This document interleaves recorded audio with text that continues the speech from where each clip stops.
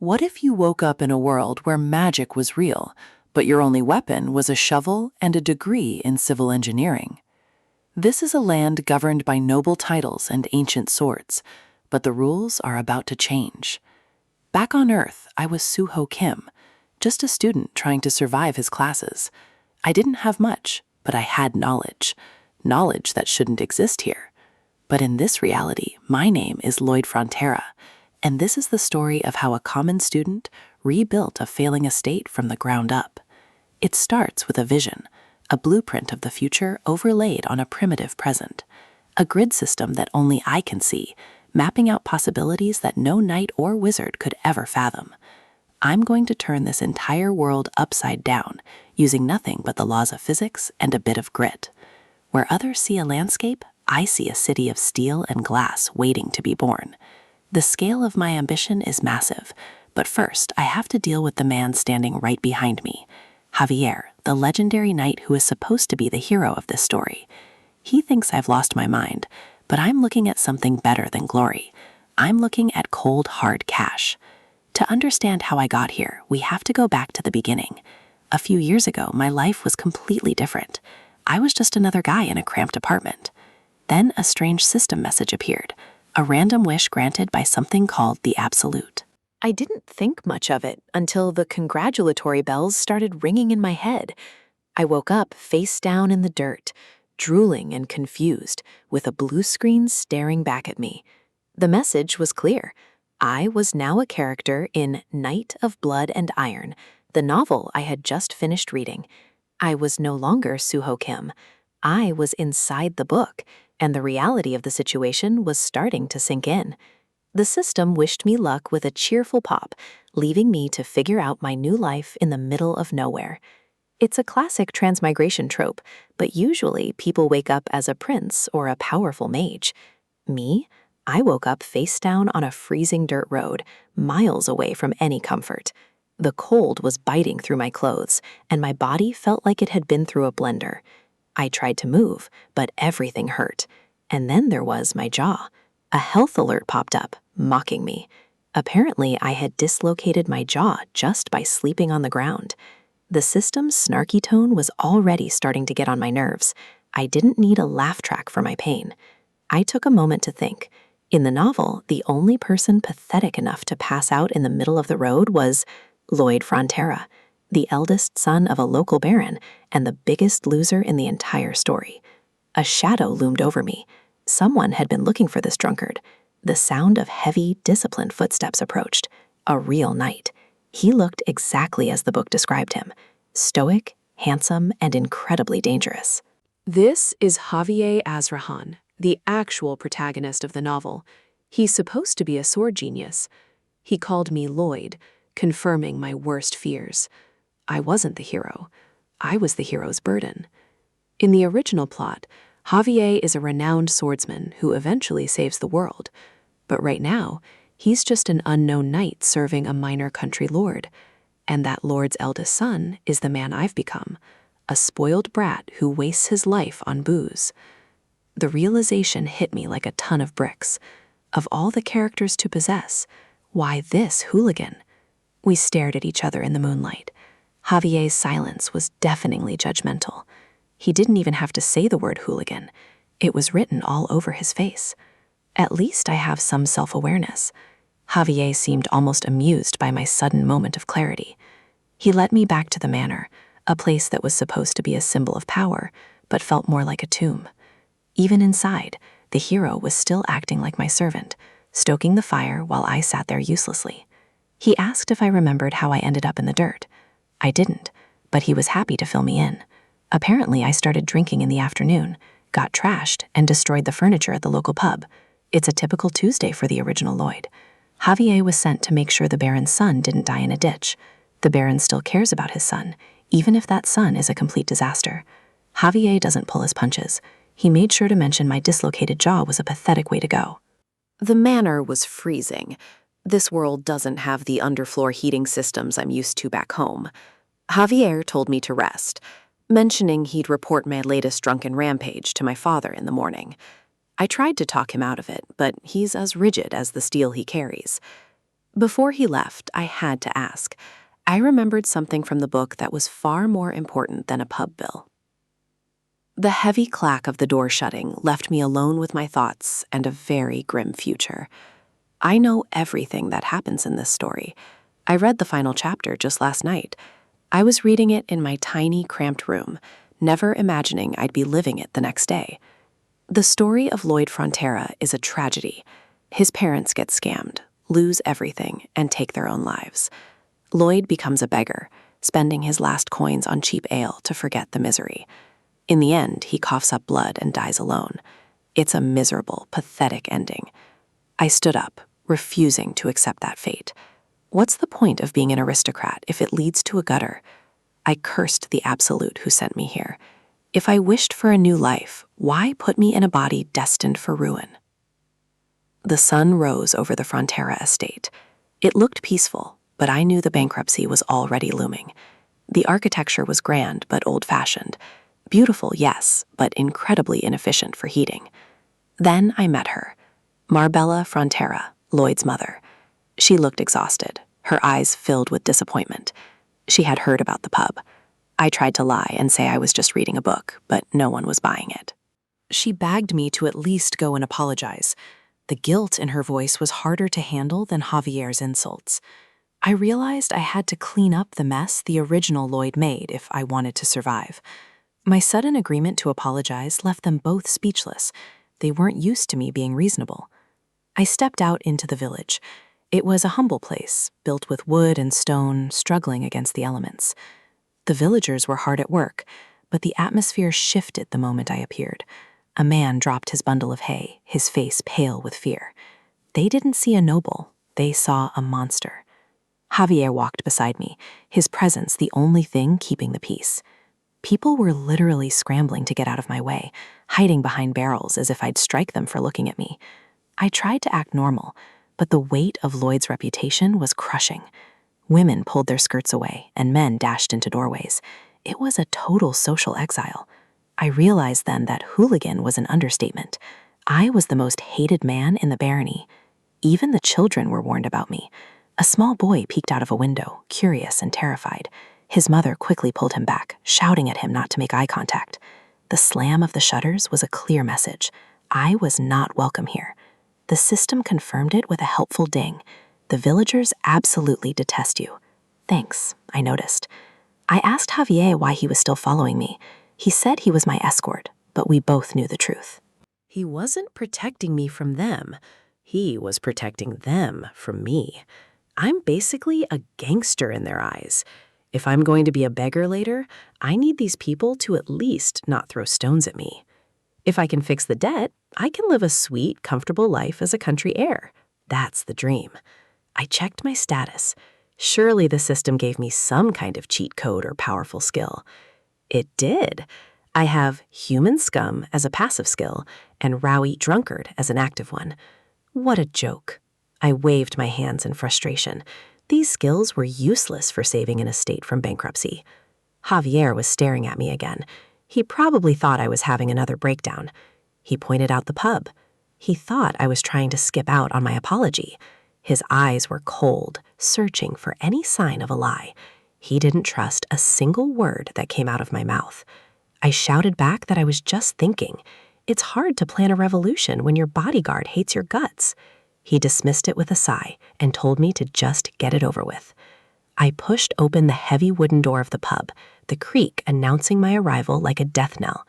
Javier watched me closely. He could sense that something about me had shifted overnight.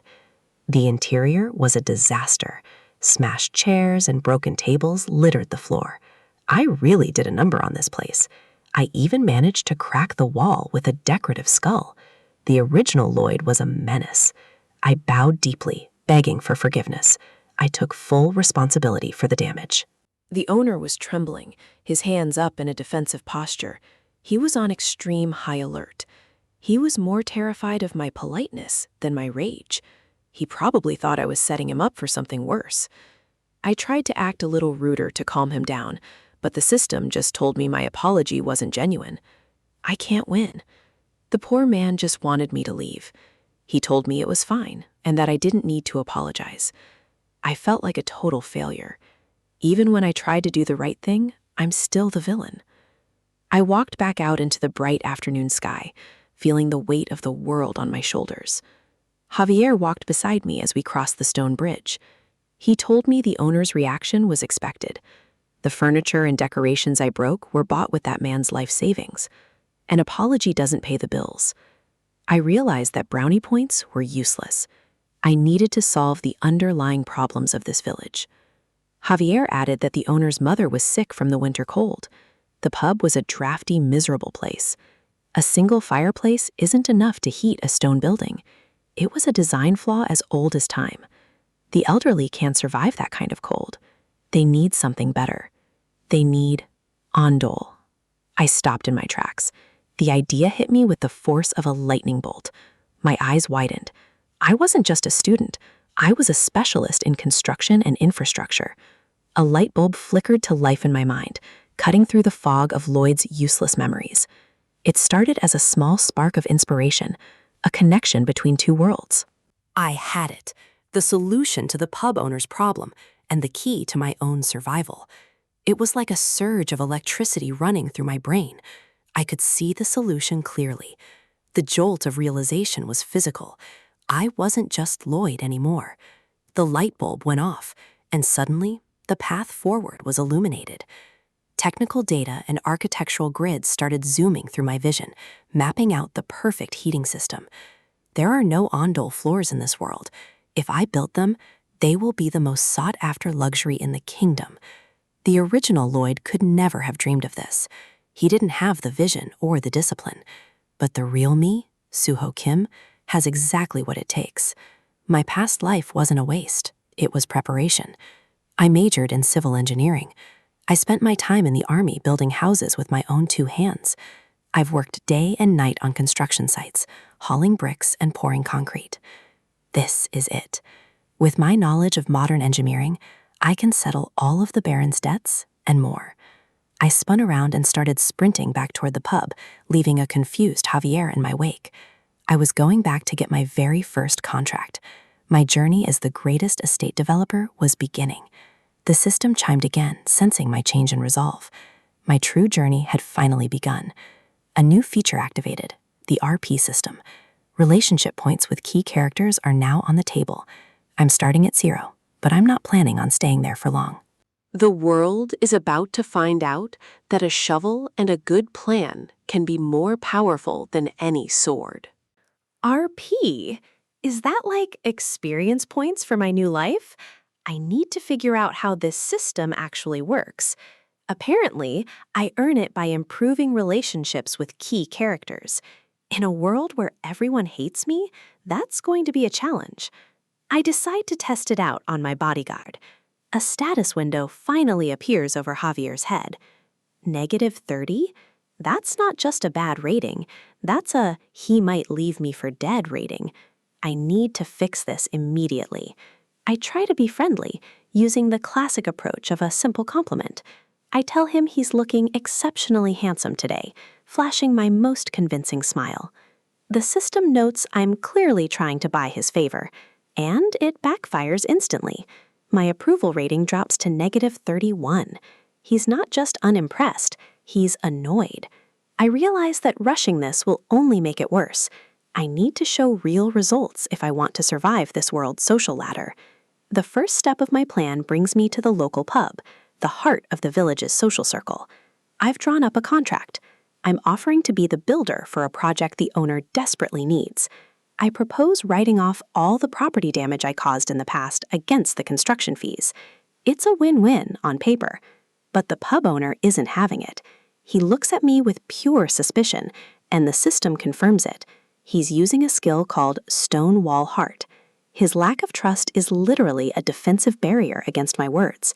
If I can't win him over with a fair deal, I have to pivot. My big plan can't fail before it even starts. I decide to lean into the hooligan reputation the original Lloyd worked so hard to build. I put on my best threatening face, making him think I'll cause even more trouble if he doesn't sign. The system calls me absolute garbage, but it works. I've got my first order. It's not the most noble start, but in this world, Results are the only thing that matter. Javier watches from the sidelines, his silence speaking volumes about how much he despises my methods. I head to the construction site to begin the measurements.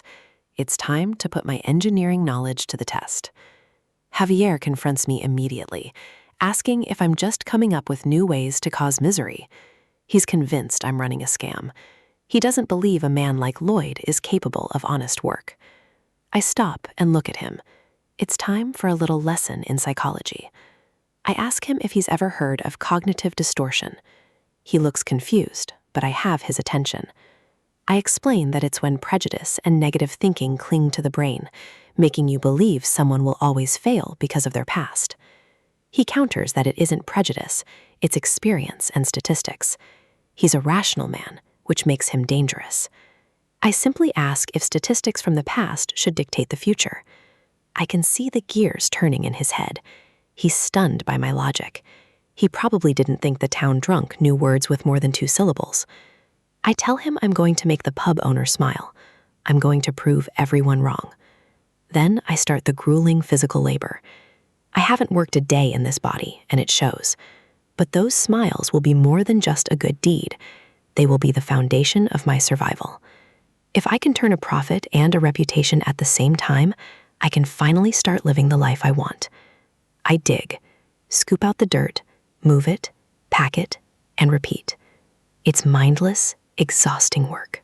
I use timber from my father's warehouse to build a traditional frame.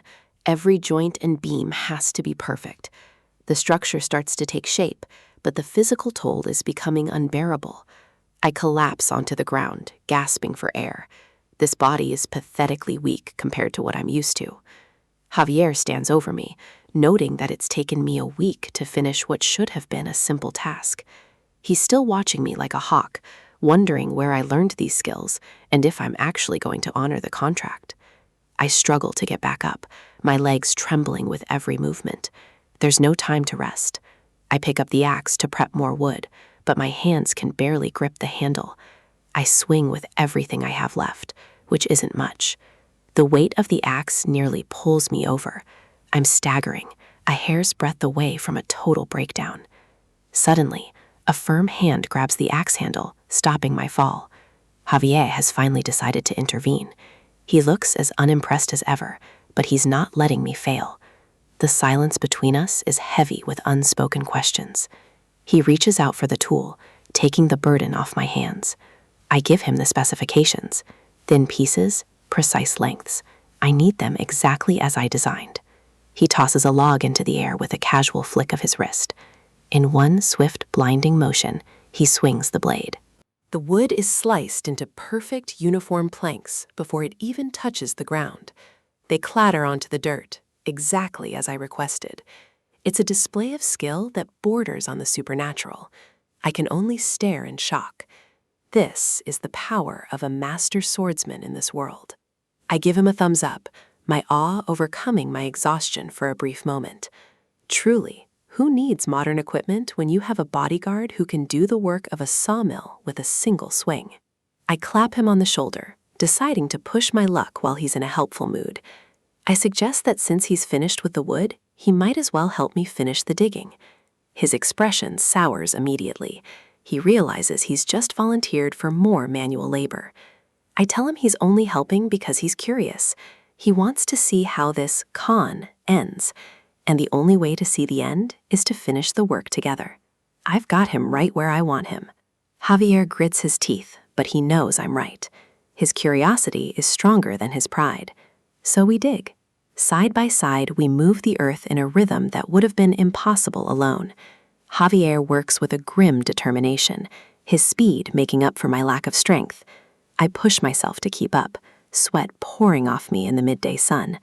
The shovel bites into the clay, layer after layer being cleared away. I feel a strange sense of momentum. For the first time, I'm actually building something real.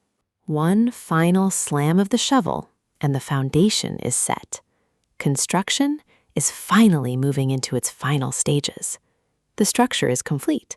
It's small, humble, but it contains a secret that will change everything. I even added my brand's logo. If I'm going to do this, I'm going to do it with style. I invite Javier to come and see the finished product. I can tell he's still waiting for the other shoe to drop.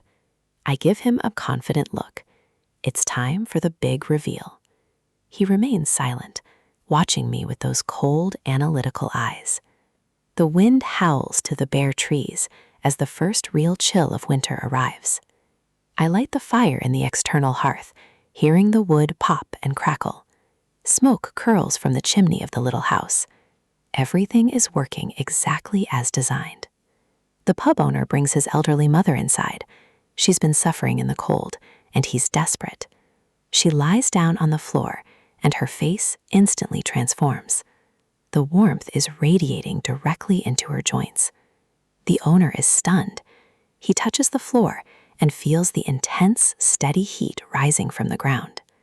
To the people of this world, this is astounding. They've never felt anything like it. It's the power of the Andol floor. In a world of drafty stone rooms, this is pure magic. The owner is overwhelmed with gratitude. He hasn't seen his mother smile like this in years. The pub owner and his mother are happy, just like I said they would be. Javier watches from the shadows. The change in his perception is palpable.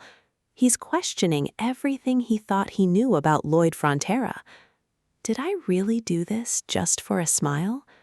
He sees the genuine joy on their faces, and he can't call it a con anymore.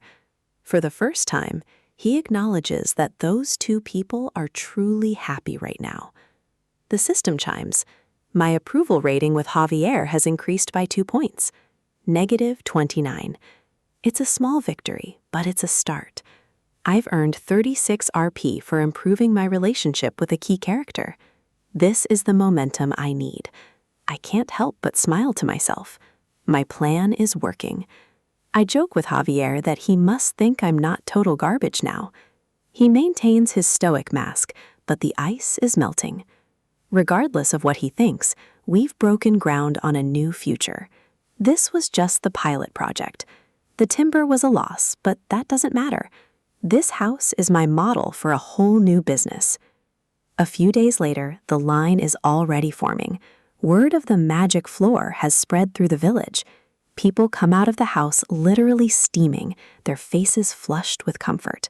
I shift into salesman mode, tapping on the table to get their attention. I know they want this at home. I offer 2 styles, an annex or a full remodel.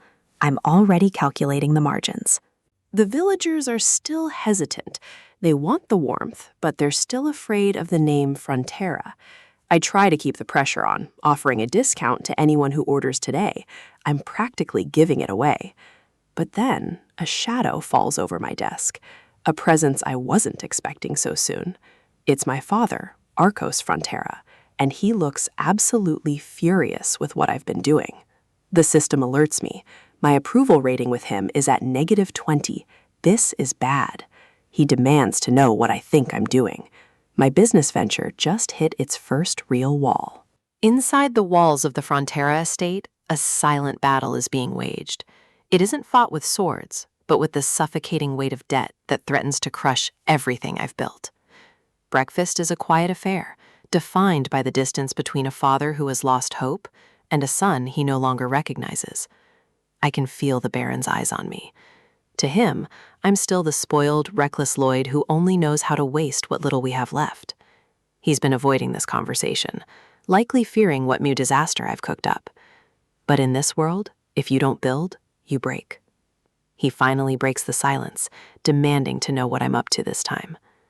The Baron's face is etched with the exhaustion of a man who has spent too many nights staring at ledgers that won't balance. I keep it brief, adopting the rude, dismissive tone the old Lloyd was famous for. I tell him I built an ondel room for the pub owner. He's already heard about the other orders coming in. News travels fast when the village drunk starts acting like a master engineer. His warning is stern. These people are our responsibility, and he won't tolerate me exploiting them for a quick coin. I shrug it off. It's expected. No matter what I do, everyone in this novel is programmed to think the worst of me. I've had enough of the heavy atmosphere. I excuse myself, but as I turn to leave, his voice stops me cold. He asks if I'm doing all this because I know how bad the family situation really is. He tells me not to worry, that he'll find a way out soon. He wants me to stay out of it, to keep my hands clean while the ship sinks. I've heard those words before, in another life, from another father who was drowning in lies. In my memories as Suho, my father said the exact same thing. Just study hard, he said, while the debt collectors were already at the door. He was a liar, and I know the Baron is lying now too. He has no plan. He only has despair. I won't let history repeat itself. Not here, and not to this family. I won't give up, because I need them to keep fighting alongside me. I wish I had been brave enough to say that back then. Now, I have a second chance to be the son that actually provides. The numbers are looking good. 32 Style A orders, 57 Style B. The construction money is starting to flow, but it's just a drop in the bucket compared to the total debt. My thoughts are interrupted by heavy footsteps. Someone is moving through the manor with the arrogance of an owner. Moneylenders. Meatloaf and Shiloh. 2 vultures who have come to pick the last bit of meat off our bones. They walk right past me without so much as a glance. To them, the son of the Lord is just another piece of furniture that will soon be sold. I recognize those names. In the original story, these 2 were the catalysts for the Baron's ultimate downfall. They head straight for the Baron's study. It's time to see just how much damage these vultures intend to do. The slamming of a fist against wood echoes through the hall. They're losing patience, demanding payment that they know isn't there. They're threatening action. In this world, that's a polite way of saying they'll take everything, including our lives. I peer through the doorway. The Baron looks small, cornered by men who have no respect for his title or his humanity. Perfect timing. I was looking for a way to test my new standing, and these 2 just volunteered to be my guinea pigs. I step into the room with a grin that makes even these thugs hesitate. They have no idea that the useless son is the most dangerous person in the room. But before I deal with them, I need to figure out how to use the RP I've accumulated. A strange world requires a strange set of tools. The system confirms it. I can invest my relationship points into gaining new abilities. It's time to trade social standing for survival. A hum of energy begins to vibrate beneath my feet. The world is literal code, and I'm about to rewrite my own stats. Data streams past my eyes. Soil mechanics, hydraulics, structural engineering. The knowledge from my past life is being digitized and enhanced. It's a rush of information, advanced design programming and concrete theory flooding my mind. I'm no longer just a student. I'm becoming the architect of this kingdom. The system mocks me, surprised that I know more than I look. I have a scholarship, you piece of junk. Don't underestimate a desperate engineer. 2 skills are available based on my current knowledge: basic surveying and basic design, essential for any developer. I can't see the full details yet, but in a world without GPS or CAD software, any magical edge is worth the cost. I have 36 points. It's enough. I click and commit, feeling the points drain away as the transformation begins. The sensation is like a lightning bolt to the brain. Basic surveying locks in, and suddenly the way I see the world changes forever. I don't need tools. I can see the grid of the land itself, the elevations and coordinates burned into my retinas. I am the GPS. Then comes basic design. I can visualize structures in midair, rotating and refining blueprints with a flick of my fingers. This will make construction 10 times faster, but I'm still just one man. Even with Javier's help, we need more muscle. I find myself wishing for heavy machinery. A backhoe would solve all my problems, but summoning a tractor into a fantasy world seems like a stretch. The system chimes in again. It turns out there is a way to get a summon. My interest is piqued. A new window pops up, glowing with a promise of power. I need something that can move mountains, literally. It looks like a gacha game ad. Unique personalities, wide range of skills, a loyal partner to help me build my empire. Premium summons? This system really is a piece of work. It's preying on my need for efficiency. 50 points per turn. That's steep. I'm currently broke in both currency and relationship points. I only have 1 point left. I need to generate some serious goodwill, and I know exactly where to find it. If I can summon a creature with the power of heavy machinery, a dragon, a behemoth, anything, I can transform this estate in weeks. I need key characters to like me, and right now, my father is being harassed by the perfect targets for a little relationship building. Back in the study, Meatloaf slams the table again. He's tired of waiting, and he's about to make an offer that will turn the Baron's stomach. The Baron looks defeated, his dignity stripped away by these lowlifes. They think they hold all the cards. Meatloaf leans in with a disgusting smirk. He suggests selling the Baroness and her ladies to a nice place to fetch a hefty sum. The Baron is horrified. Even in his darkest hour, he never imagined such a vile suggestion. It's the ultimate insult to his honor. I lean over Meatloaf's shoulder, my voice dripping with mock concern. A lender should have better manners, shouldn't he? He jumps, startled by my sudden presence. They haven't realized that the dynamic in this room has shifted entirely. He recognizes me, the peculiar eldest son. He thinks I'm just an interruption, a minor nuisance to be brushed aside. I ignore his insults. Instead, I ask for the one thing they don't have, a warrant. They're confused. Warrants are for commoners, not for men collecting from a bankrupt noble. Or so they think. I begin reciting the Royal Family and Nobility Act, Article 3, Clause 6.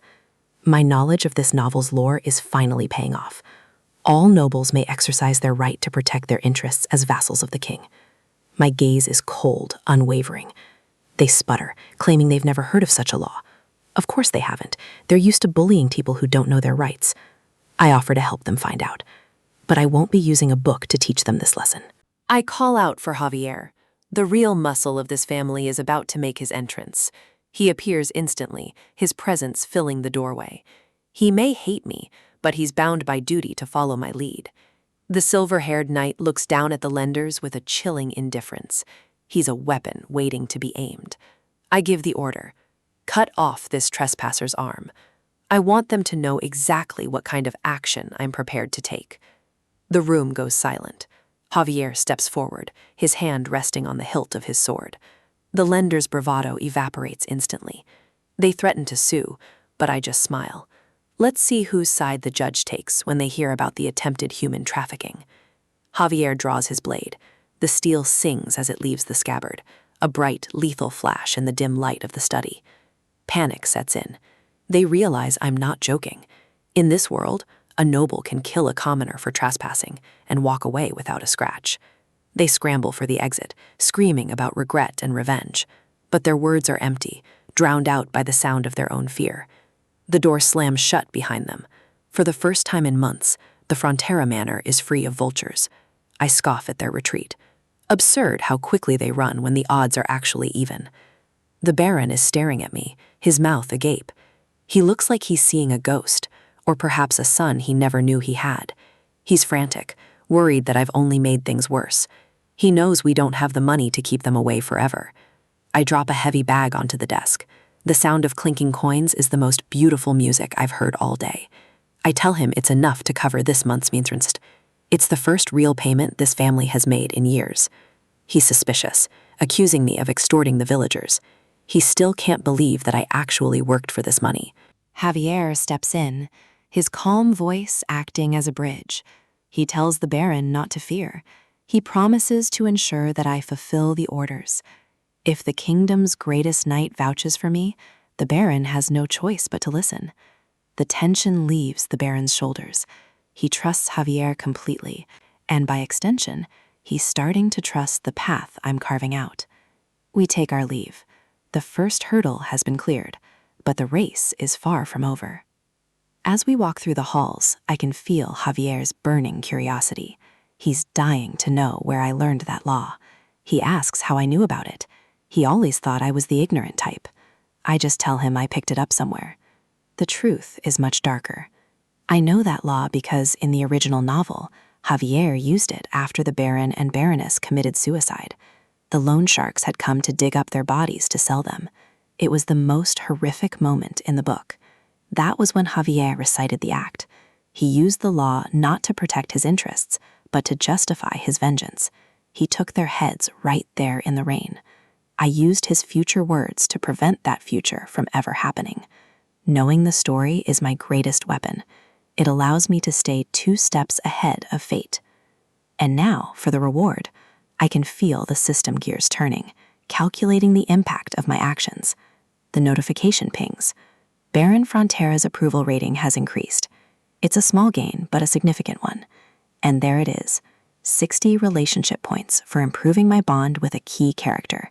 The jackpot I was waiting for. Current RP, 61. I finally have enough for a turn at the summon game. Everything is falling into place. I'm coming for you, Summon. Let's see what kind of monster I can put to work for the Frontera estate. Under the silver glow of a full moon, the quiet of the night hides a secret that could either bankrupt this barony or rebuild it from the ground up. The training grounds are empty, providing the perfect stage for a desperate gamble. Survival in this strange world requires tools that don't yet exist in this era. One last look around to ensure no prying eyes are watching. If the commoners or the knights saw me now, they'd think the young master had finally lost his mind. The system interface flickers into life. 50 reputation points, a steep price for a single turn in the random summon game. There's no turning back now. I press start, feeling the weight of the estate's future resting on this digital roll of the dice. A blinding flash of emerald light erupts from my fingertips, tearing through the darkness of the night.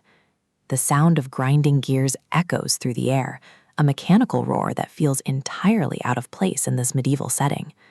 Patterns of light spin and collide, forming the complex geometry of a summoning circle that defies every known law of magic. The sheer scale of the energy is overwhelming.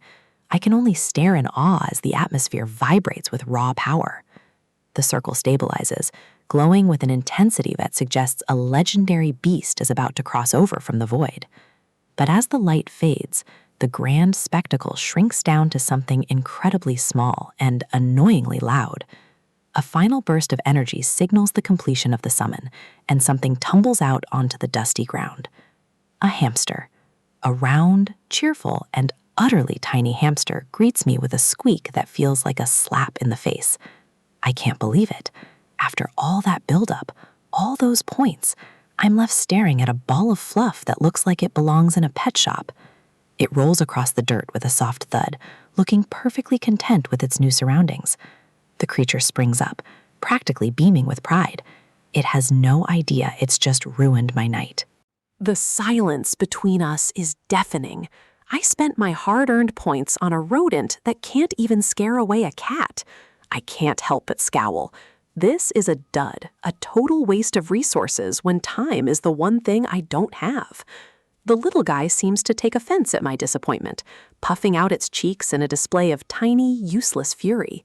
It starts squeaking frantically, trying to communicate something that my human ears just aren't picking up. I turn to walk away, but the hamster isn't done yet. It's determined to prove it has more to offer than just cuteness. It begins to chew on something invisible, its cheeks expanding to an impossible size as it works away at a hidden task. With a sudden spit, it launches a wet, crumpled object toward my feet. It's disgusting, but it might be important. I carefully unfurl the damp parchment.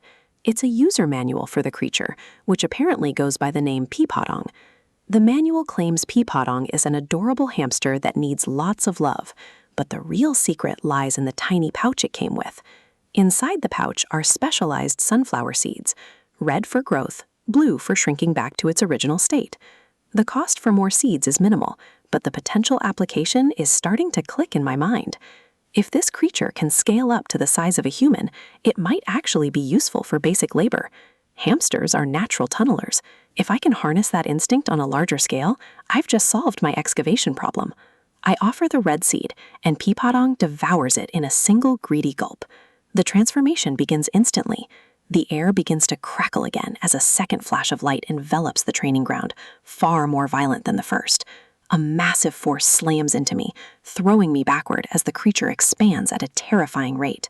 I hit the dirt hard, the world spinning as shadows grow long and heavy above me. When the dust settles, I scramble back in pure shock. This isn't just a bigger hamster, it's a titan. It stands over 15 feet tall, a mountain of fur and muscle that towers over the fences. No, it's even bigger than that. Over 30 feet of pure, unadulterated construction power is standing right in front of me. The creature looks down at me with a smug, cocky grin. It knows exactly how impressive it is. The system confirms it. Digging level 1. This is exactly what I needed to break ground on the new infrastructure. Pudong dives into the earth with the force of a landslide, moving dirt faster than a dozen men with shovels could dream of. Next is packing dirt level 2. The ground beneath its paws is compressed into a solid, stable foundation in seconds. It moves with a rhythmic swirl, carving out paths and leveling the terrain with mechanical precision. And then there's the cheek pockets, level 1, but the volume it can carry is already staggering. The giant rodent pauses, its cheeks bulging with tons of excavated material as it waits for my next command. With a casual shrug, it disgorges a massive pile of rocks and clay exactly where I need them. The impact shakes the ground. This isn't just a summon, it's a living, breathing piece of heavy machinery. I've hit the jackpot. With this heavy equipment at my side, the construction of the Ondol system is no longer a pipe dream. But I can't just walk around with a 30-foot hamster without raising questions. I need a cover story, and I need it fast. A summoning master. That's the lie I'll sell. People in this world accept magic far more easily than they accept engineering. With the logistics handled, it's time to move on to the next phase, organized labor. The estate's revival starts now. Morning breaks over the Frontera barony, bringing with it a crisp air and the promise of hard work. The valley is beautiful, but its beauty hides the poverty and debt that threaten to swallow us whole. I gather the soldiers by the river. They look confused, leaning on their tools like they've never done a day's work in their lives. I shout the first rule of any job site: safety first. It's a concept they clearly haven't heard of. They stare back at me with blank expressions. To them, I'm still just the spoiled brat of a failing lord. These 30 men are paid to guard a border that never sees combat. In my eyes, they're just underutilized employees. The Baron is drowning in debt, yet he keeps these idle hands on the payroll. I'm going to make sure every penny is earned. I tell them the truth. They are in the army, and the army exists to do work. If there's no war, there's construction. I remind them that a soldier's life is mostly digging holes and pulling weeds anyway. I'm just giving them a purpose. I point to the massive piles of clay. I tell them I spent all night digging them up myself, though the credit really belongs elsewhere. In reality, Peepadong did in 30 minutes what it would take these men weeks to accomplish. But they don't need to know that yet. This is the beginning of the estate's renaissance. We are building the future, and I need every one of them to move that clay to the site. The response is exactly what I expected: a sea of glum faces and silent resentment. They hate the idea of actual labor. I let their silence hang in the air. I knew they wouldn't follow me willingly, but I have a plan for the holdouts. A voice cuts through the tension. Master Lloyd. It's cold, authoritative, and dripping with hidden malice. Sir Neumann, the senior knight of the barony, he carries himself with a pride that his character doesn't deserve. I turned to face him with a smirk. I knew he would be the first to challenge me. In the original novel, he was the first to betray us. This land has 3 knights: Neumann, the man before me, Bayern, who is loyal, and Javier, the true hero of the story. When the estate eventually falls into ruin in the original timeline, Javier and Bayern stay until the bitter end. But Neumann? He's the rat who sells out the Baron to conmen and flees with whatever he can carry. Looking at his arrogant face now, I realize I can't allow a traitor to remain the land's foremost knight. He asks me what I think I'm doing, his hand resting near his sword as if to intimidate me into submission. He claims he won't tolerate his honorable men being covered in dirt. It's a transparent attempt to maintain his own power over them. I call his bluff. He's not worried about honor. He's worried that if I pay off the debts, his chance to profit from our ruin disappears. He tries to shift the conversation back to my prior conduct, reminding everyone of the drunkard I used to be. He accuses me of using the men for personal gain, hoping to turn the soldiers against me before I can even begin. I lean against my shovel, looking bored. He thinks he's winning this verbal sparring match. No, that sounds about right, I admit with a grin. Honesty is a weapon he doesn't know how to parry. I lock eyes with him, the playfulness vanishing. I tell him exactly what happens to people who stand in the way of progress. The man is fragile. I can see the veins popping in his neck. If he were a gamer, he'd be a keyboard-smashing rage quitter. It's time to stop talking and start pressing his buttons. I slam my shovel into the ground with purpose. I swing the tool with a flourish, the motion sharp and deliberate. I'm not just a developer. I'm the one in charge here. The soldiers gasp in shock. They've never seen the young master act with such confidence or such blatant disrespect for a knight. Neumann is trembling with fury, his face turning a deep shade of red as his honor is dragged through the mud. He can't stand being looked down upon by the son of a soon-to-be-ruined baron. His ego is his greatest weakness. I stand my ground, my boots planted firmly in the dirt. I'm not the boy he remembers, and he's about to find that out the hard way. He screams at me, calling me a scoundrel and insulting my family. He's lost control, exactly as I planned. I cut my ear, pretending I can't hear his tantrum. What was that? Let's forget about ranks and fight this out? I twirl the shovel in my hand like a seasoned warrior. It's a performance, but one backed by a very real threat. I point the blade of the shovel directly at his chest. The challenge is issued, and there's no backing down. Let's do this thing, I say, my voice steady and cold. A duel, I mean. Neumann's eyes widen in disbelief. He thinks he's about to teach me a lesson, but he has no idea the world has already changed.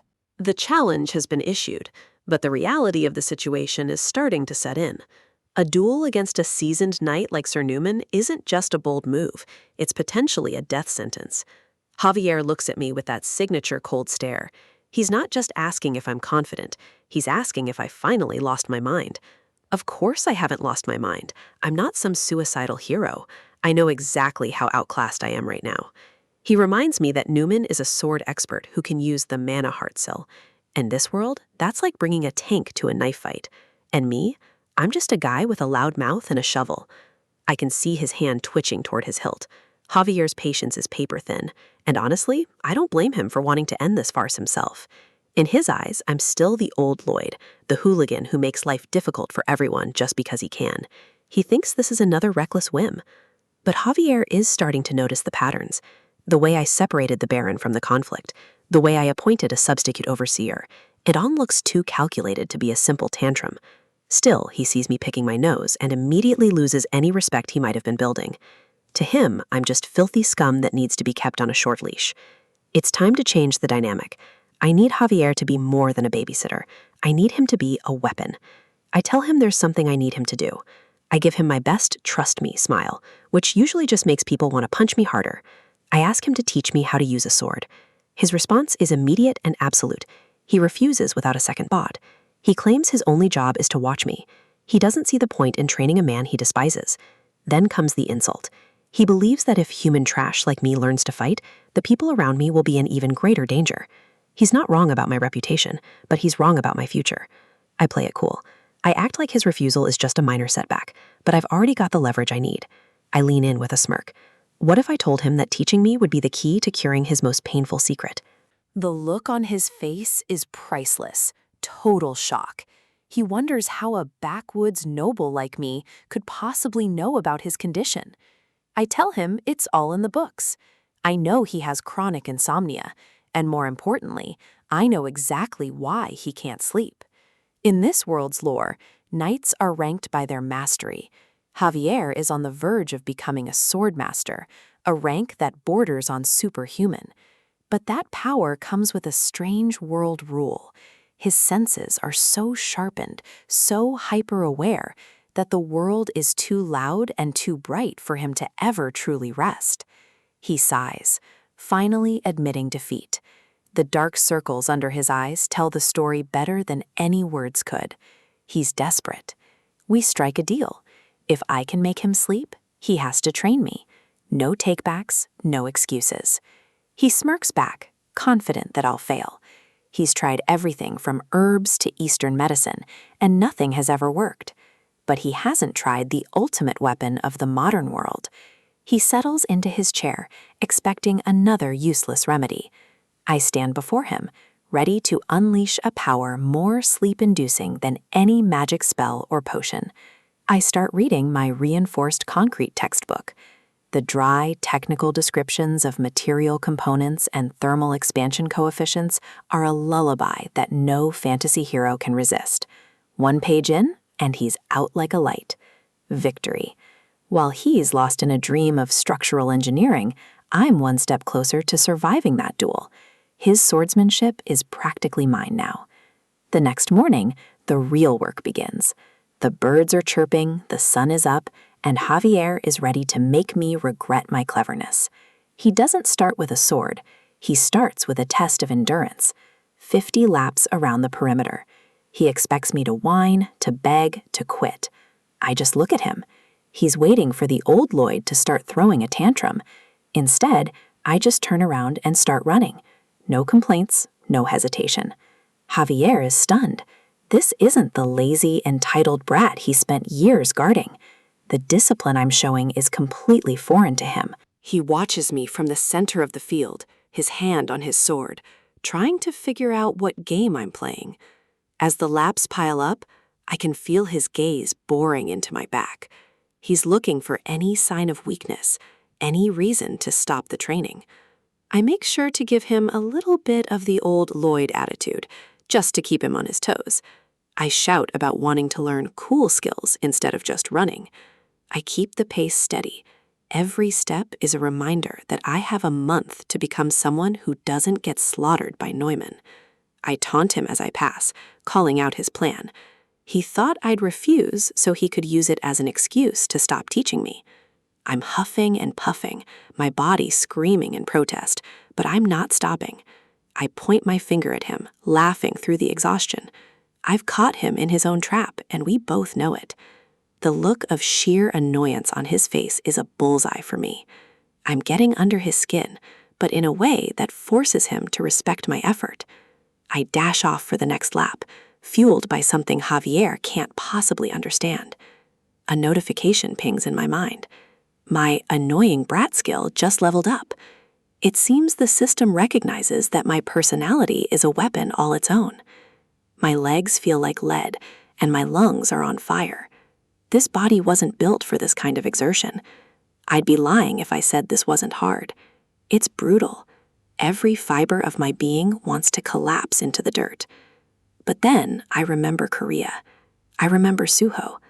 I remember waking up in a tiny, cold room with no family and no hope. I remember the endless days carrying bricks up 4 stories and the long nights unloading trucks just to keep from starving. I held on to the hope that things would get better, telling myself to just hold on a little longer. That Suho was a survivor, and so am I. Compared to the crushing weight of that life, running a few laps in the fresh air is nothing. This isn't a struggle. It's an opportunity. I see a light in the darkness of my memories, a voice telling me I deserve better, that my hard work will finally pay off. I reach out for that future, just a little more effort, a little more pain, and I'll have the life I always wanted. The memory of my old self, sweating and exhausted under a construction helmet, flashes before my eyes. The despair of that life was a deep, dark pit. I refuse to ever fall back into it. I remember the moment it all felt like too much, the bricks spilling as I collapsed under the weight of a world that didn't care if I lived or died. Compared to that pain, compared to that soul-crushing despair, this training is a walk in the park. I run under the moonlight, a wide, manic grin on my face. This is nothing. I've survived worse than a lap around a castle. Javier watches me from the shadows, his expression finally shifting from annoyance to something resembling genuine intrigue. He sees my determination, the raw hunger in my eyes. He finally relents. He promises to teach me his actual sword-fighting techniques. Another notification. My approval rating with Javier has increased. It's a tiny step, but in our relationship, 1 point is a mountain. The system shows my current rating is still deep in the negatives. I've got a long way to go before he stops wanting to cut me down. but I've earned enough reputation points for improving our relationship that it feels like a major win. Total RP 29. It's a start. I'm building a foundation, brick by brick, just like I used to. The castle stands silent under the moon. Inside, the gears of a much darker plot are beginning to turn. Sir Newman is meeting with the Baron. He plays the part of the loyal, offended protector, complaining about my disrespect to his lineage. The Baron looks tired, defeated by the constant drama. He thought I'd changed, but Newman is doing his best to convince him otherwise. He tells Newman he can't stop the duel, but he pleads with him to be gentle. He still sees me as his heir, despite everything. The Baron hopes this duel will just be a wake-up call, a way to pull me back to my senses without causing permanent damage. Neumann bows, giving his lord the answer he wants to hear. As you wish, my lord. But as soon as he turns away, the mask slips. Duels, after all, are unpredictable things. Accidental deaths happen all the time. In his mind, Neumann is already a murderer. He plans to kill me, and if the Baron has a problem with it, he's next on the list. He'll kill the Baron and Baroness, stage it as a suicide, and walk away with his pockets full as he moves on to a bigger stage. He laughs to himself as he walks down the hall. He thinks my arrogance has handed him the perfect opportunity to seize everything. Time waits for no one.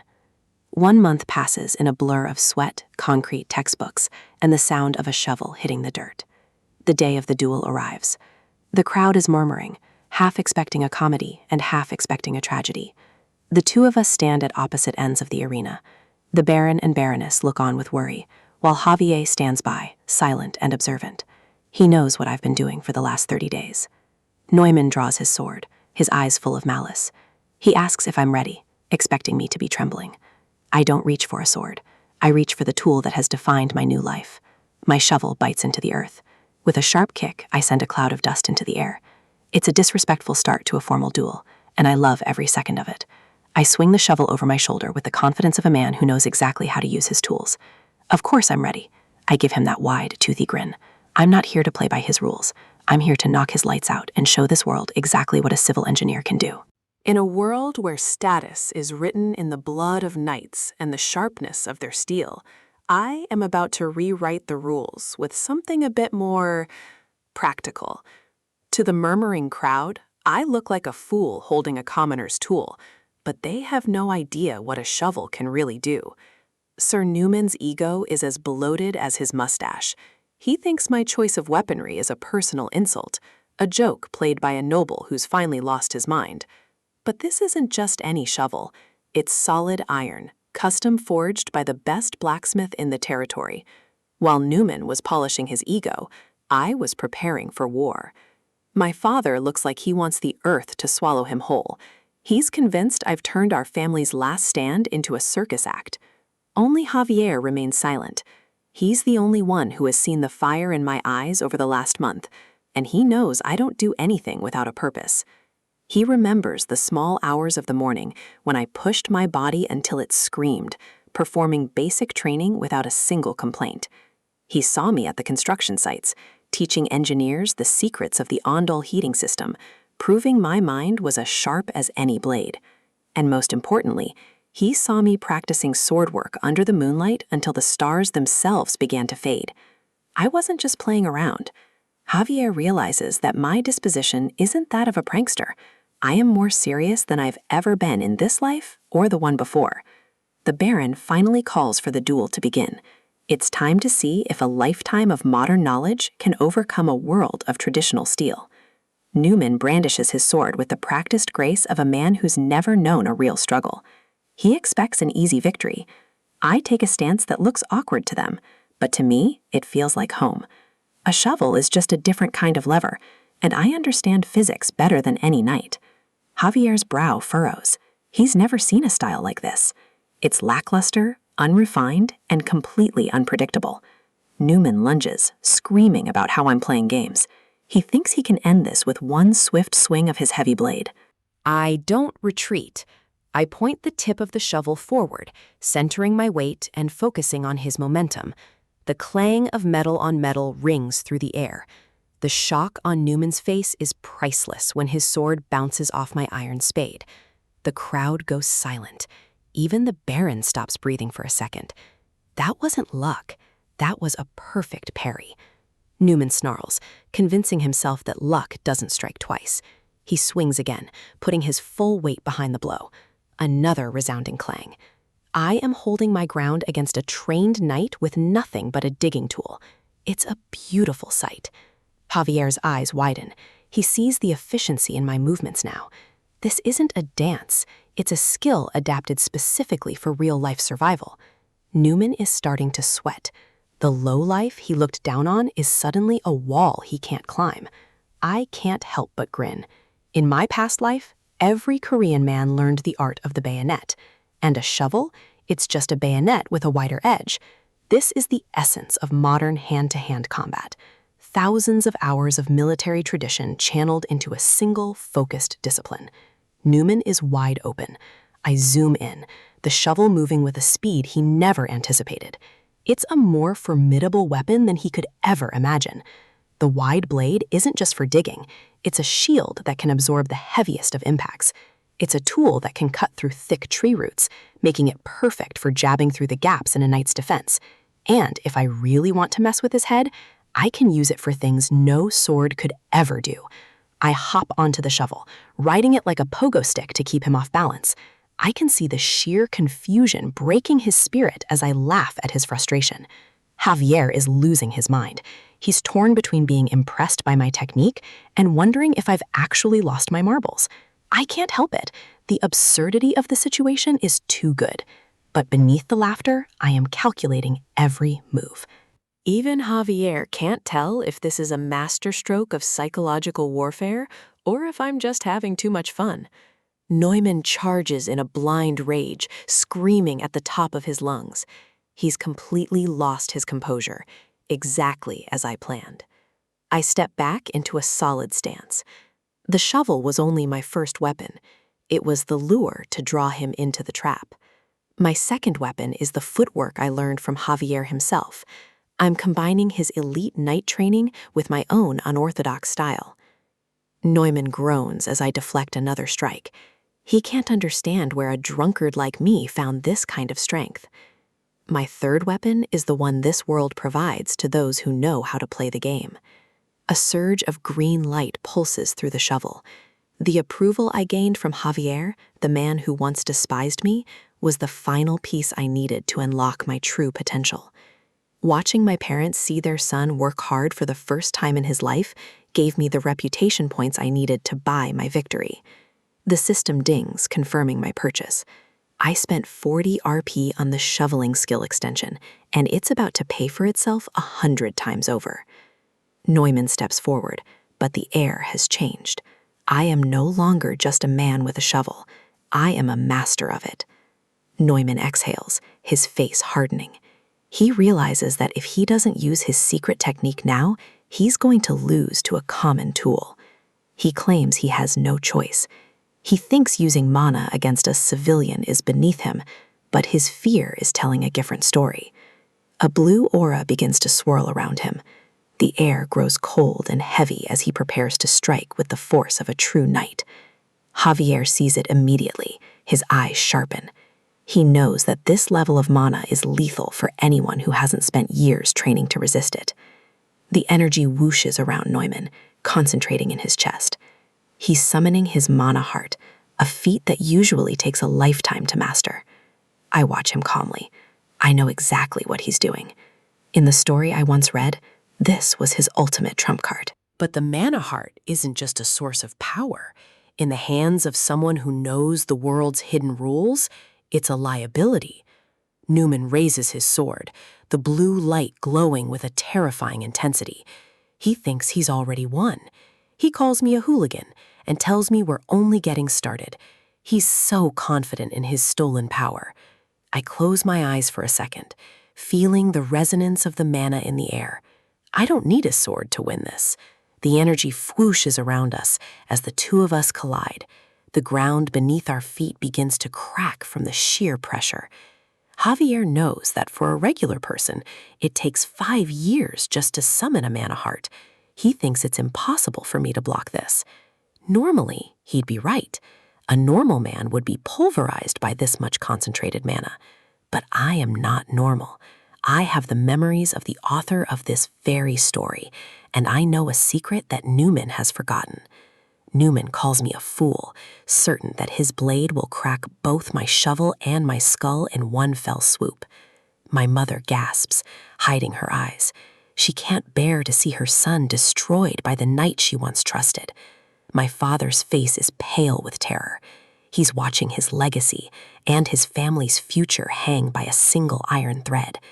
The slam of the sword against the shovel echoes like a thunderclap. But instead of breaking, my shovel begins to glow. Newman's eyes go wide. He can feel his power being diverted, pulled away from his blade and into my tool. He staggers back, his legs turning to jelly. He can feel the strength leaving his body, as if a drain has been opened in his soul. I give him a wicked grin. It's time for my fourth and final weapon, the one that will truly end this duel. Javier recognizes it instantly. It's the mana conjuring skill that made him the strongest man in the world in the original story. The Azrahan core technique. It doesn't just block mana, it absorbs it. I'm literally eating his power to fuel my own. Neumann screams in agony as his own energy is ripped from him.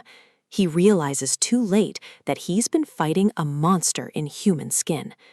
I swing the shovel with all the stolen power I've gathered. The momentum is unstoppable now.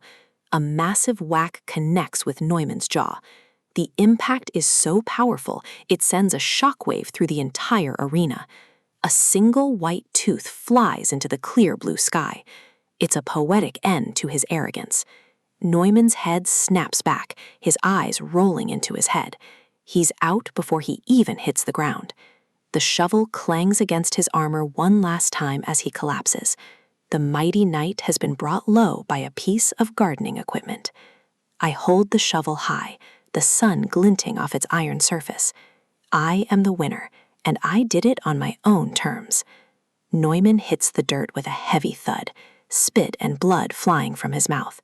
He's a broken man. The slam of his body against the earth signals the end of his reign of terror. My family is safe. The crowd is frozen in shock.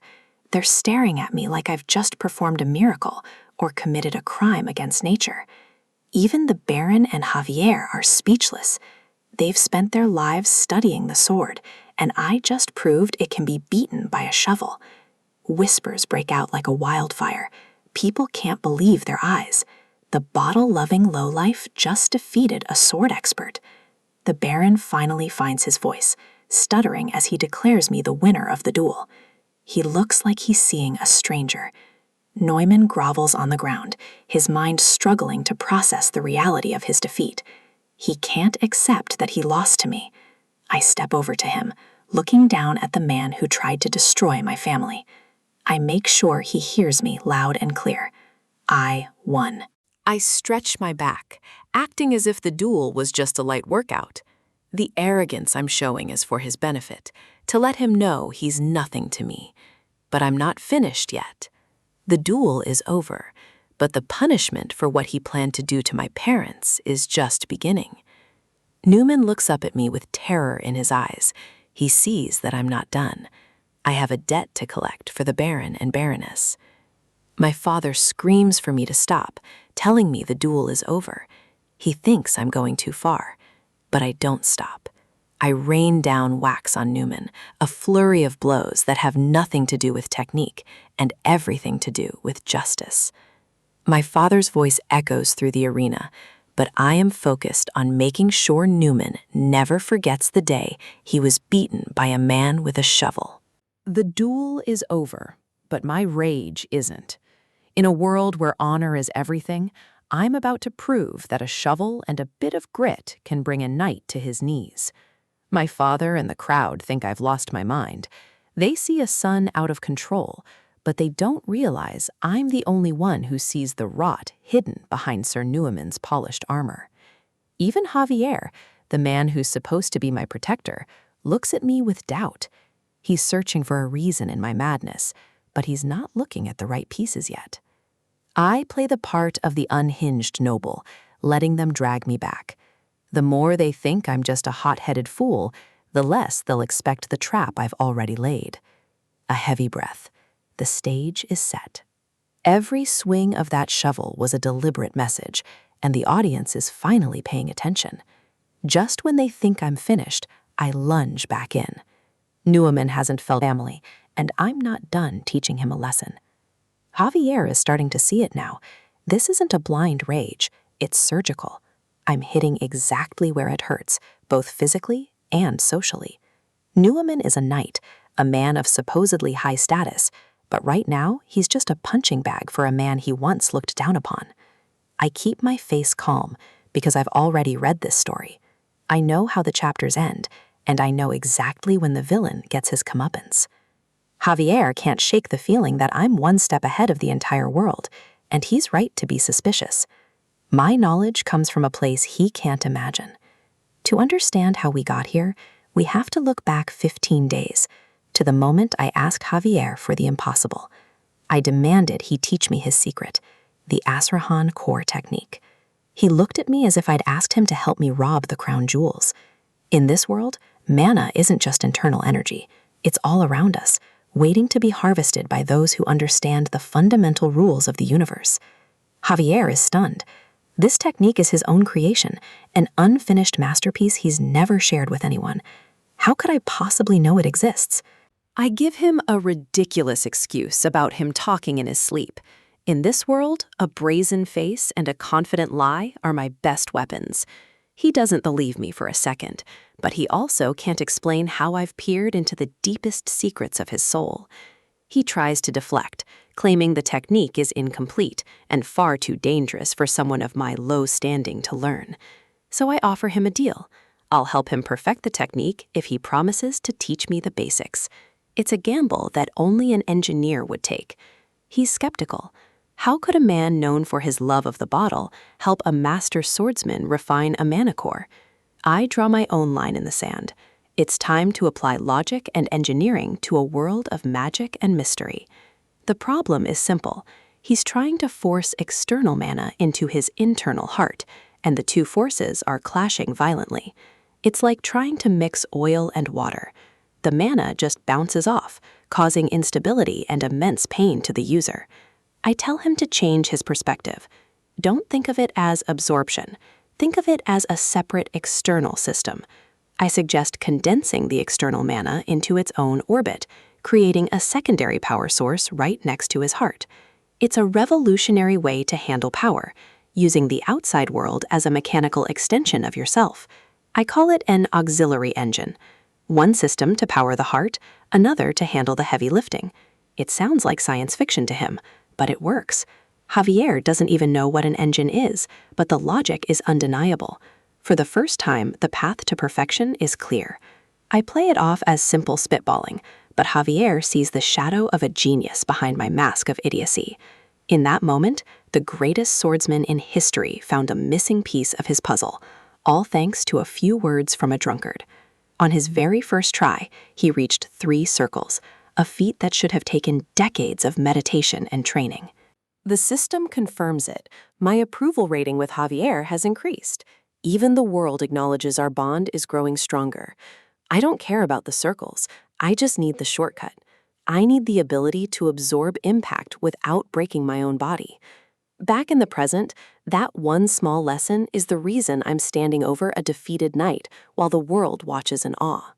The Baron screams about honor and sullying a knight's name, blinded by the same kindness that almost led his family to ruin. He thinks I'm the villain, the son who's finally gone too far. He doesn't realize I'm the only one fighting for our survival. I take a breath. It's time to stop playing games and show them the truth I've been digging for in the shadows. I point toward the table. If we're talking about honor, we should look at what Sir Newman has been hiding from us all. Hidden letters, the physical evidence of a conspiracy that would have stripped this family of everything they own. The Baron's face pales as he reads the words of the man he trusted with his life and his lands. These letters prove Newman was working with the man who defrauded our estate. It was a betrayal from the inside, planned for months. The plans were all there: forged documents, financial ruin, and a total takeover of the Frontera territory. Newman is paralyzed. He hid those letters behind a wall. He can't fathom how a lowlife like me could have found them. I have my ways. In this world, information is the only currency that never devalues, and I've been saving up. Papong, my faithful little helper, spent the night scampering through the shadows to find the truth buried in the walls. The Baron collapses.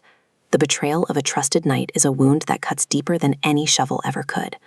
My father is too kind-hearted to demand the execution that Newman deserves, even after seeing the truth.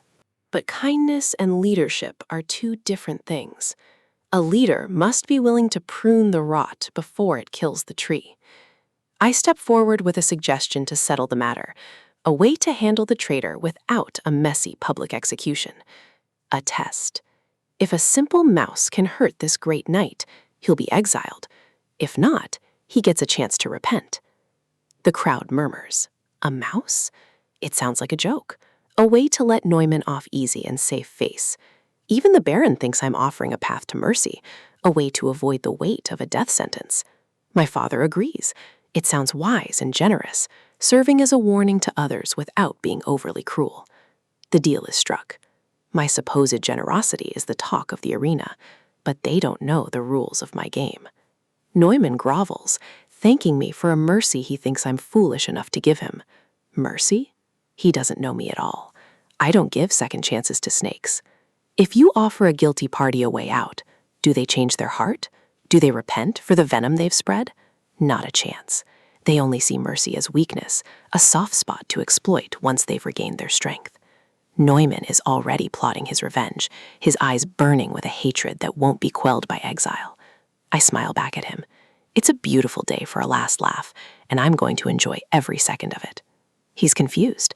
Why am I still smiling when I've given him his freedom? The answer is right in front of him. I pull out a sunflower seed. It's time to feed the beast and end this farce once and for all. I toss Peepadong into the air, a tiny speck against the bright blue sky, destined for something much greater. The best way to ask for forgiveness is to remember that in my world, there is no such thing for traitors. Popdong crunches the seed, and the transformation begins. The mana I taught Javier to master is now in the hands of a rodent. A flash of light blinds the crowd. This isn't just a pet anymore. It's a reckoning falling from the heavens. Faces of pure shock. They were expecting a rodent, but they're getting a divine punishment.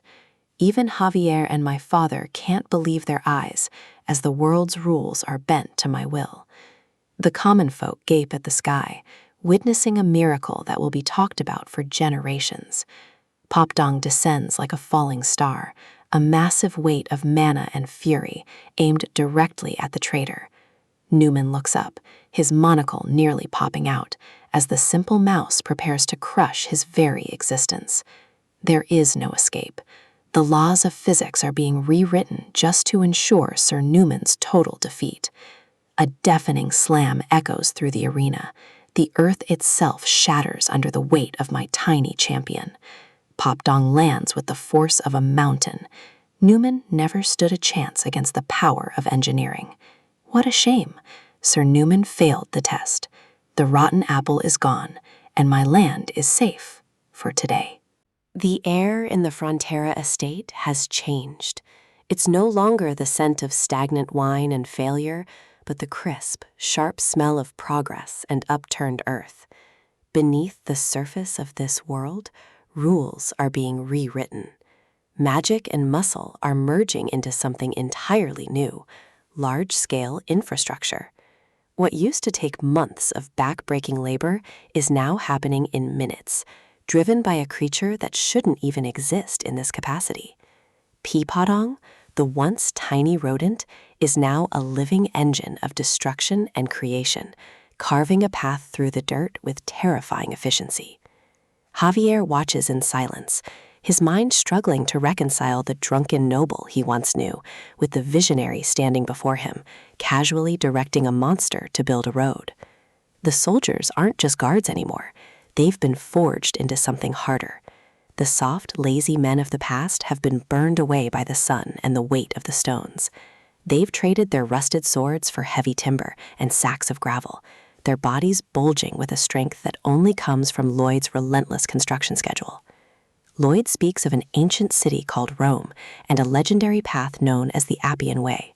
In this world, knowledge is the most dangerous magic of all.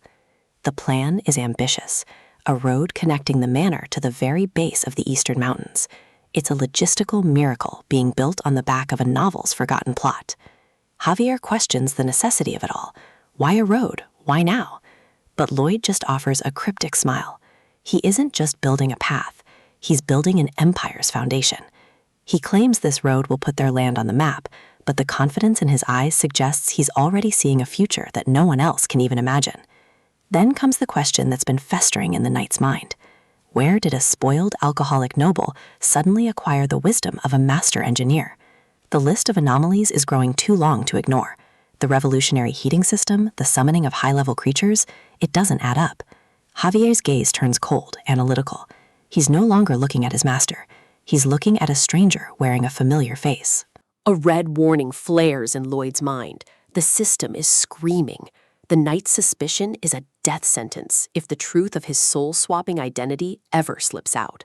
Lloyd feels a bead of sweat roll down his temple. In the original story, Javier was a hero who valued loyalty and blood above all else. Those blue eyes are searching for a crack, a single slip-up that confirms the man in front of him is an imposter who stole his lord's son's body. Lloyd remembers the lore. If Javier discovers the truth, his sense of justice won't allow a spirit to occupy the flesh of his master's kin. He can almost feel the cold steel of the knight's blade at his throat. One wrong word, and the developer's dream ends in a pool of blood. But Lloyd didn't survive this long by being honest. He has a system-granted defense for exactly this kind of social catastrophe. Stubborn insistence, activated. It's time to lean into the absurdity and gaslight the most perceptive man in the kingdom. He feigns offense, throwing Javier's accusations back at him with the practiced indignation of a man who has nothing to hide. He mocks the idea that 20 years of training are required for genius. In his mind, he's just a man using the cheat codes of modern science. He pushes the narrative of a hidden prodigy, a self-taught master who studied in the shadows while everyone else was busy looking down on him. The performance is loud, erratic, and perfectly suited to the Lloyd of the past. It's a mask made of arrogance and eccentricity. Javier falters, silenced by the sheer audacity of the response. The logic is flawed, but the personality is undeniably Lloyd's brand of chaos. With the knight momentarily stunned, Lloyd executes the ultimate move, a speedy topic change. He doesn't give Javier a second to process the lie. He strides away, his boots crunching on the very road he's creating. The immediate threat is neutralized, but the tension remains. He delegates the road work to Sir Byron, ensuring the construction continues even while he's away on more urgent business. Javier, true to his duty, insists on following. His suspicion hasn't vanished. It's just shifted into a watchful, dangerous patience. Their destination is far from the manor. Lloyd is going after the one thing he hates losing more than his life, his money. They arrive at Ludenia, a small border town that serves as the perfect hideout for those who wish to disappear with stolen fortunes. Inside a dimly lit inn, a man is losing his mind. The shadows here are thick with the desperation of a cornered rat. A fist slams onto the table. The sound echoes with the fury of a con man who's finally been outplayed at his own game. Towards, the man who swindled the Frontera family, is a mess of sweat and nerves. He's lost the stolen wealth to gambling, a poetic end for a thief. His bodyguard, a man whose presence feels like a heavy weight in the room, watches with cold indifference. Loyalty is a transaction here. The bodyguard makes it clear. If the gold stops flowing, the protection ends. Towards is truly alone, surrounded by enemies and his own failures. Towards begs, his voice cracking, as he realizes he's no longer the hunter, but the prey. He has nowhere left to run. He tries to convince himself he can find another easy mark, another noble family to bleed dry. But his internal monologue is cut short by a thunderous sound. The door doesn't just open, it explodes inward. Lloyd Frontera has arrived, and he didn't come to negotiate. Towards stares in horror as the man he thought he'd ruined walks calmly into the room, silhouetted by the light of the hallway. Lloyd's smile is razor sharp. He knows Tords doesn't recognize him. The old Lloyd would have been too drunk to find his own shoes, let alone a border town. He introduces himself with a predatory grace. The name Frontera used to be a punchline, but today it's a reckoning. The realization hits Tords like a physical blow. The easy mark has turned into a monster, and he's brought the strongest knight in the land with him. Panic sets in. Tords screams for his bodyguard to kill the intruder, but even the mercenary can sense the shift in the air. The bodyguard doesn't hesitate. He's a professional, and professionals know when a room has become a death trap. With a violent burst of motion, he smashes through the window, choosing a risky escape over a direct confrontation with Javier. They plummet into the dark alleyway below, a desperate gamble to lose their pursuers in the winding streets of Ludinia. But the bodyguard's eyes widen in shock as he looks up. The escape was predicted before they even hit the ground. Javier is already there, his hand steady on the hilt of his sword. He moves with a lethal calmness that suggests this wasn't a chase, but an execution. The blade clears the scabbard in a single fluid motion. The moonlight catches the steel, turning it into a streak of silver death. He gives the mercenary one chance: leave the conman and walk away. If not, he'll be treated as a co-conspirator in a crime against the nobility. Javier's focus is absolute. He's executing Lloyd's plan perfectly, waiting exactly where his master said the rats would emerge. The mercenary realized he's been baited. Lloyd knew their every move before they even made them. The bodyguard sneers, underestimating the young knight. To him, Javier is just another kid with a sword, unaware of the dark power he's about to face. Mana begins to swirl, dark and oppressive. The bodyguard isn't just a mercenary, he's a dark enchanter, a user of forbidden gravitational magic. Lloyd watches from the window, his eyes narrowing. He remembers this encounter from the novel. In the original timeline, this was a turning point. Javier is facing a type of magic he's never encountered before. It's a test of his resolve and the new strength he's been forced to develop. The gravity intensifies, threatening to crush Javier's bones into the pavement. The air itself feels like lead. Lloyd grins from above. He knows the secret. The novel said Javier struggled here, nearly dying under the weight of the dark magic. The enchanter unleashes a wave of pressure, expecting the knight to collapse. It's a move designed to end fights before they truly begin. But this sword doesn't fall. Javier stands his ground, his muscles straining against the invisible force with an impossible resilience. He's been pushed to his limits by Lloyd's insane training and the weird mana circulating techniques he was forced to learn. The enchanter's surprise turns to desperation. He pours more mana into the spell, creating a literal sphere of crushing force around the knight. He calls Javier naive, thinking that raw physical strength can overcome the fundamental laws of his magic. He clenches his fist, preparing to shatter the knight's defenses once and for all. He thinks victory is within his grasp. The ground rumbles. The stones beneath Javier's feet crack and shatter, but he doesn't buckle. He's absorbing the pressure, turning it into fuel. The enchanter's face pales. He sees something he didn't expect, a core of light glowing within the knight's chest. Javier's eyes flare with a cold blue fire. He's no longer just a high-level sword expert. He's become something much more formidable. He's equipped with a triple circle mana heart, an advanced internal structure that Lloyd helped him unlock ahead of schedule. With one explosive swing, Javier shatters the gravitational field. The dark magic is torn apart like wet paper by the sheer purity of his mana. He stands unburdened, his sword leveled at the enchanter. The weight that should have killed him was nothing more than an annoyance. The enchanter is frozen, his confidence replaced by a primal fear. He's realized the contract isn't worth his life. He abandons Tortoise without a second thought, using a burst of speed to flee into the night. The mercenary's loyalty was always paper-thin. Now it's just the knight and the conman. Javier's voice is low, vibrating with a righteous fury. Fraud against a noble family is a capital offense. Tortoise falls backward, crashing into a pile of barrels. He's staring at the face of his own doom, and it's wearing a blue uniform. Javier raises his blade, his intention clear. He will deliver justice the only way he knows how, with cold, decisive steel.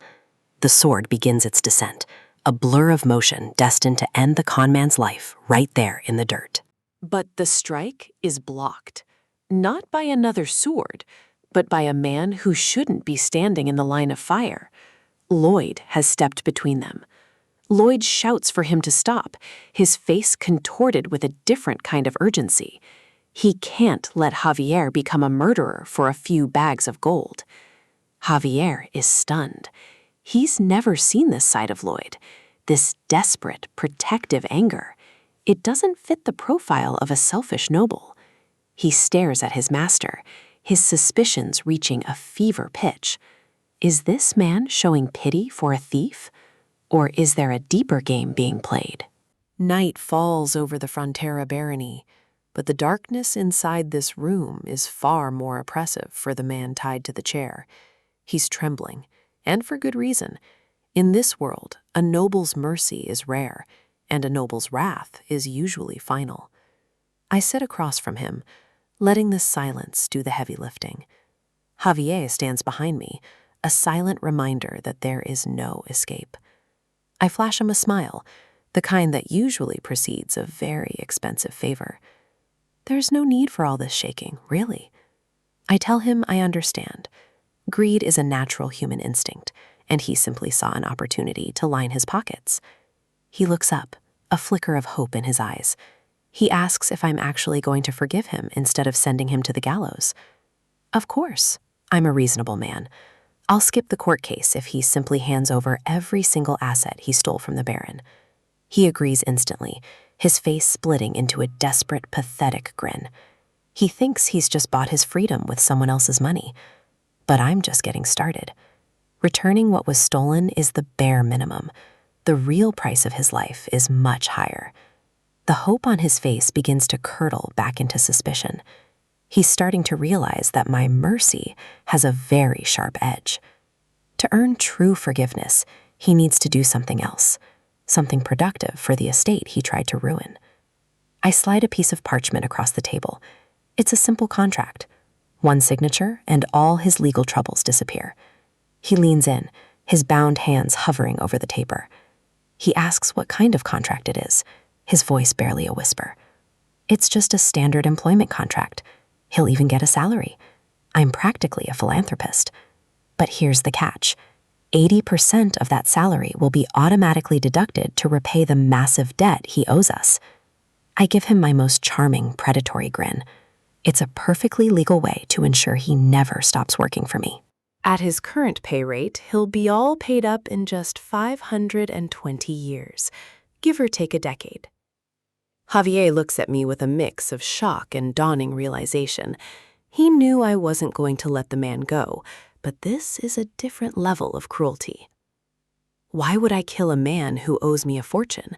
Dead men can't pay debts, and I have no intention of letting a perfectly good worker go to waste. In my head, I'm already imagining the profit. I'm going to squeeze every bit of value out of this traitor for the rest of his natural life. The man screams that it's unjust, that he's never seen such a shameful contract in his life. He's not wrong, but he doesn't have many options. My expression flattens. I tell him I can't force him to sign. If he prefers, we can just head straight to court and let the executioner handle it. The choice is simple, a lifetime of labor or a very short walk to the chopping block. Sobbing, he picks up the pen and signs his life away. The next morning, the sky is clear and the air is crisp. One problem solved, a dozen more to go. We head back toward the estate in the wagon. The enchanter is tucked away in the back, still bound, still weeping. Javier mentions that the interest on our family debt should be covered for a few months, now that we have the stolen funds back. I tell him he's thinking too small. I'm investing that money immediately. I need to hire more men, because 30 soldiers won't be enough for what's coming. The only issue is my reputation. Being known as a drunken hooligan makes recruitment a bit of a challenge. A few days later, I put up a notice in the center of the barony, 20 gold per week. It's a king's ransom for manual labor. The response is immediate. A line of able-bodied men stretches across the square, all of them whispering and murmuring in disbelief. I'm surprised. I thought these people hated my guts. Javier, however, seems to have a different perspective on the situation.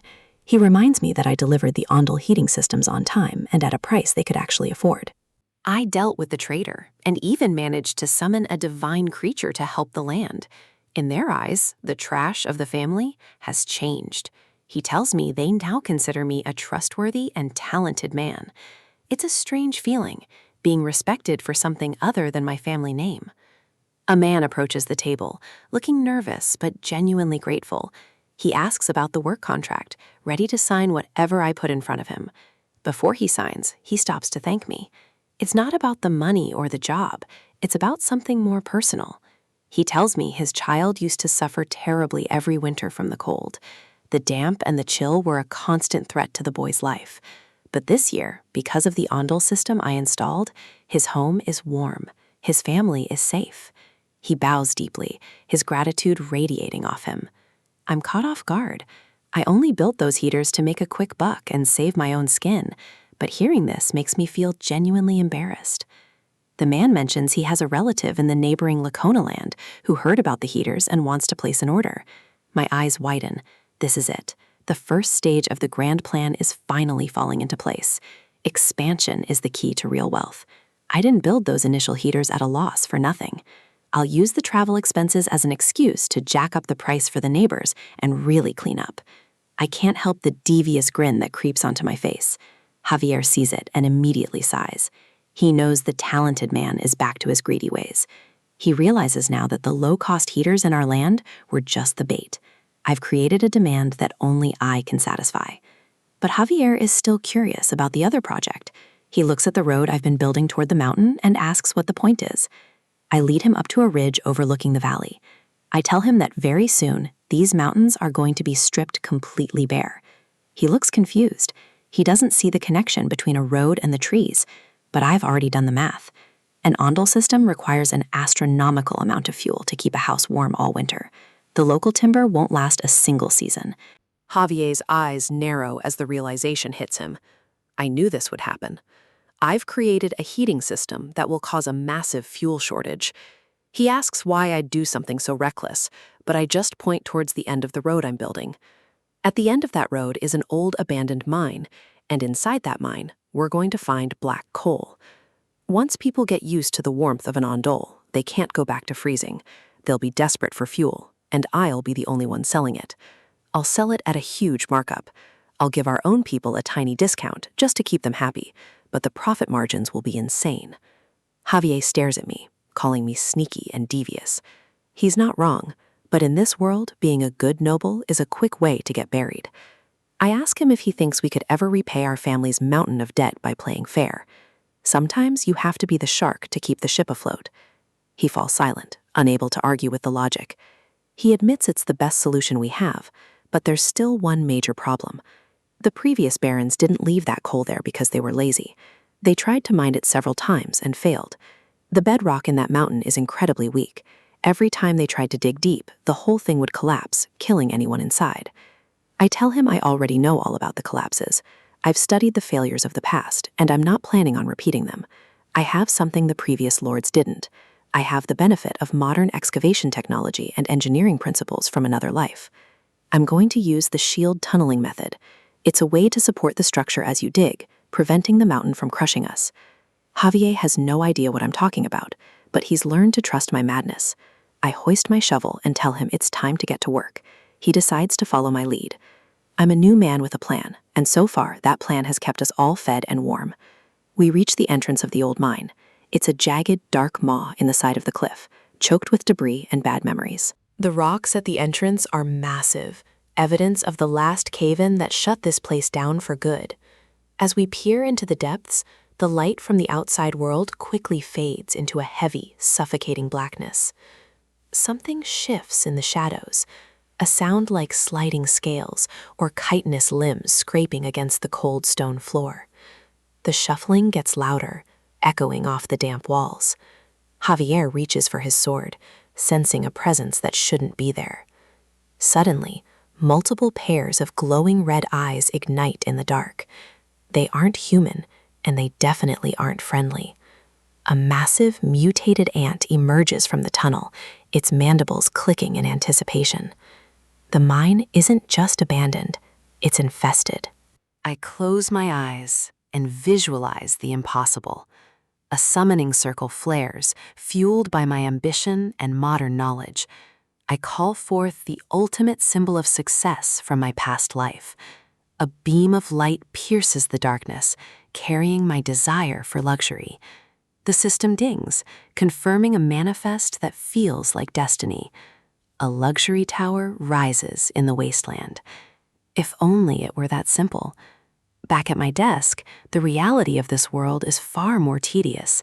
I'm stuck with a skill that prints drawings, not actual buildings. I need a workforce that doesn't eat or demand a paycheck.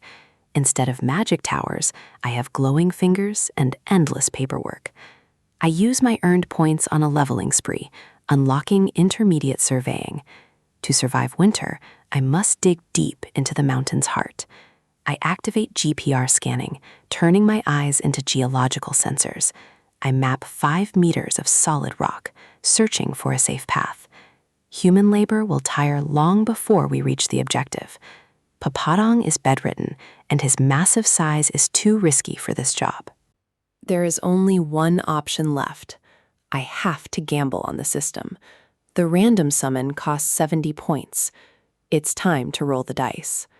The system whirs, spitting out a string of magical gibberish. I wait in the silence, staring at the rift in space. A glowing orb emerges, pulsing with soft, strange energy. The light pops, revealing a creature that looks far too cute for construction. It falls with a splot, looking more like a toy than a tool. Meet Bangle, a pink snake with a bow. Is she even dangerous? She looks useless, but the system rarely hands out duds. I ask if she can grow with seeds. She nods with enthusiasm. If there is a special skill under that bow, I need it now. She beams with pride, ready to prove her worth to her master. Weeks pass, and the mountain begins to yield to my new methods. Bangle transforms into the heart of a shield tunneling machine. She chomps through dirt with a voracious appetite. Waste is digested instantly. I tell Javier to prepare for the out. The knight stands ready for a task no warrior was ever taught. Bangle fires solid metal rods, steel dung, straight from her rear. Javier slices the red-hot metal into perfectly uniform segments. Workers forge these segments into supports to prevent a cave-in. Javier faces a crisis, slicing snake turds instead of slaying enemies. I ignore his complaints. We have too much work to do. The machine rumbles forward, inching into the dark stone heart. The air is thin and hot. Every breath feels like lead. Javier suggests I leave, urging me to take a break. He doesn't get it. If the boss isn't on site, the job suffers. I've seen too many lazy managers. I won't be one of them. Suddenly, my vision flares. My eyes pick up a hidden treasure. Black coal. We found a vein of pure wealth under the rock. The men erupt in cheers. This is the future of our barony. Bangle nuzzles against me, sharing in the joy of our success. I order the expansion.